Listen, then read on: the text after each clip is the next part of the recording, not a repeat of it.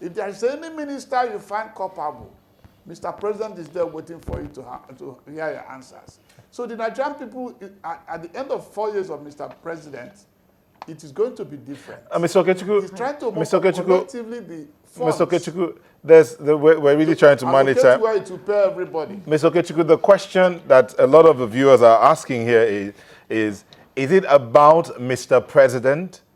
Is it just about, is it only Mr. President that is fighting corruption, that is on the path of fighting corruption, or is it a system? What if Mr. President is not around? What happens? That means corruption rears its head again? Oh, that's a good question. That's a good question. But we're also told that if the head is rotten, that the body will also be rotten. If you read or you remember what the former Minister of Finance and coordinating Minister of the Economy, Dr. Ngozi Okonjo-Iweala, what she said. She said, yes, the former president lacked the political will to save. If the former president had the political will to save, today we could have been talking of an excess crude account of over $20 billion. And we couldn't have been in a position to deny the Nigerian people the succor that democracy provided. We did not forget they voted for us. But we came and the treasury was looted. And it's empty. Yesterday is the architecture of today. So we are not saying Mr. President per se. But you can see as well, without being mentioned, that Mr. Vice President himself, those who know him closely the way we know Mr. President, are also testifying that he can be banned upon. All right, okay. To place public good. Okay, Mr. Okechukwu, we've got to wind down now, so we'll just take comments from some viewers. Oluwanifemi Adeleke says, good morning, panel. This is to the three of you. Says, please, panel, why are you defending corruption? Are we not fantastically corrupt with levels of revelations we are getting? Why blame others for corruption? Adeleke Nifemi. Well, nobody is defending corruption. Nobody's defending corruption here. Mr. Adefemi, let me tell you, we are anti-corruption agents, if you want to believe that. What we are saying is that our president was right to have admitted that we are corrupt. Otherwise, he will be covering the shameless people who have brought us where we are today. What we are saying is that how do we get out of this? The global system, the World Bank, the various Western governments that had not shown enough interest are now beginning to show interest because there's something peppering them. And they know that they are beginning to feel that, if we do not stem this issue, there will be a problem even in their own haven. So what is happening? They are taking responsibility. And they are not taking the responsibility only at global level. There is at national level, at regional level, and at global level. And now they are saying to Nigeria and all other developing countries, you must have what we call extractive industrial transparency initiative. In which case, you have this to monitor. You begin to monitor every department and what they do, so that you can cut these excesses. Two, they are trying to work on these people who are where they are taking the money to ensure that they cannot take the money and hide it anymore. So you have what is happening now that the president is running after is because they know, one, the World Bank and other governments are working with them to ensure that whatever has been stolen is sent back. Okay. And at the same time, to ensure that money cannot be taken out the other way. Okay. So that will help. Okay. But now let me just round up on this one. There's another comment from another viewer, Mr. Olamide Fasonya says, stolen Nigerian fund by Nigerian leaders is difficult to prosecute and recover because lawyers and Nigerians are in agreement with corruption and do everything to hide the stolen wealth. Here, Olamide, they all have good lawyers. They pay lawyers well. And lawyers, yes, I'm saying it on purpose because Mr. Nigel. No, he will respond to this because he's a lawyer. Yes, you see, that is the same thing I was talking about. painting everybody With the the same same brush. brush elicits a negative response. If you come to a family, maybe 13 people in that family, 3 have been fighting internally that this behavior of this family is bad. They're even trying to disown him.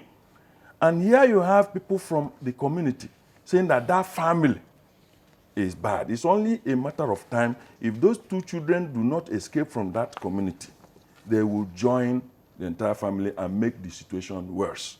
What we are making point here, my point is that we must be very scientific so that we know what we are talking and dealing with. Nobody here, no human being, even corrupt people, are the ones that go straight to television to say that they must catch corrupt people because it has not become their own turn. Nobody comes, even an armed robber, will not come on television to say, I'm an armed robber, because he knows that this is a socially disapproved conduct. Everybody knows. So what we are saying is that beyond this president, what will happen if we don't have a systemic process? Because corruption does not have a war front where you go and fight it. It is something endemic in governance.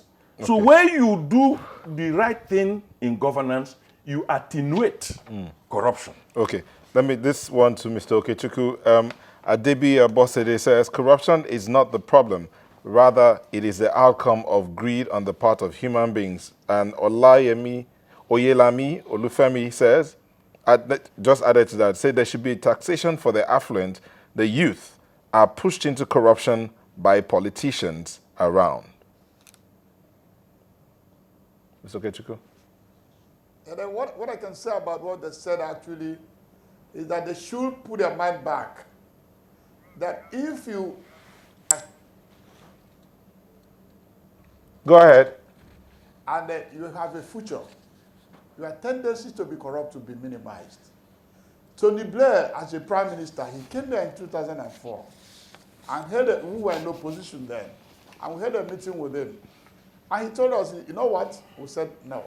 He said, as a human being, all of us are prone to be corrupt. But what happened in Britain is that over the years, majority of the citizens of the UK are sure they will have shelter. They are sure at a certain day they can even ride buses or train free. They have free medical at a certain point. That when a society graduates into getting the citizenry engaged, there is a tendency that it will minimize corruption, because somebody will ask himself, what is he doing with this money he's looking for? Everybody is not greedy, as my brother Chima said, and as Akindele also mentioned. Everybody is not greedy. Everybody is not prone to theft. But when somebody knows that the pension funds that is relying upon have been stolen, the tendency is for him to ask himself, why don't I start gathering for myself?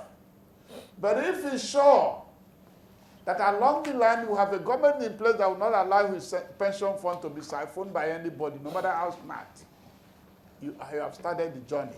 Okay. Okay. Okay.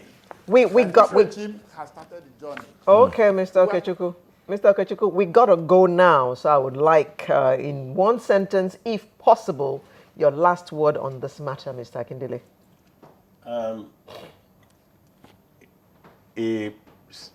A country or an organization without systems in place can never succeed. Systems need to be put in place. Even in Genesis 1, when what God wanted to create was man, that he will be visiting. Everything that man will need, he put in place before he created man. So any nation that has no system can never function. Okay. And any set of people that do not have any God that they fear, that they can... Any values. The values. Okay, yes. Mr. Naji. Because we are all citizens of this country, we want this country to survive. We want our children to have a country after we have taken exit by nature's call. This system that must ensure that people behave to type, conduct that conduce to prosperity of this country must be put in place beyond the shenanigans of individual attitude and predilections. What we are saying is, at the end of the day, we must bequeath to this society a system that is enduring, institutions that will make it impossible, even if somebody wants to behave. We don't need lectures from Tony Blair. We have better schooled in this country to know that all those things he said are fundamental. Okay. Mr. Okechukwu, one sentence, please. Thank you. What we in the APC, what we are trying to give Nigerians is a transparent government where we provide critical infrastructure and also build institutions.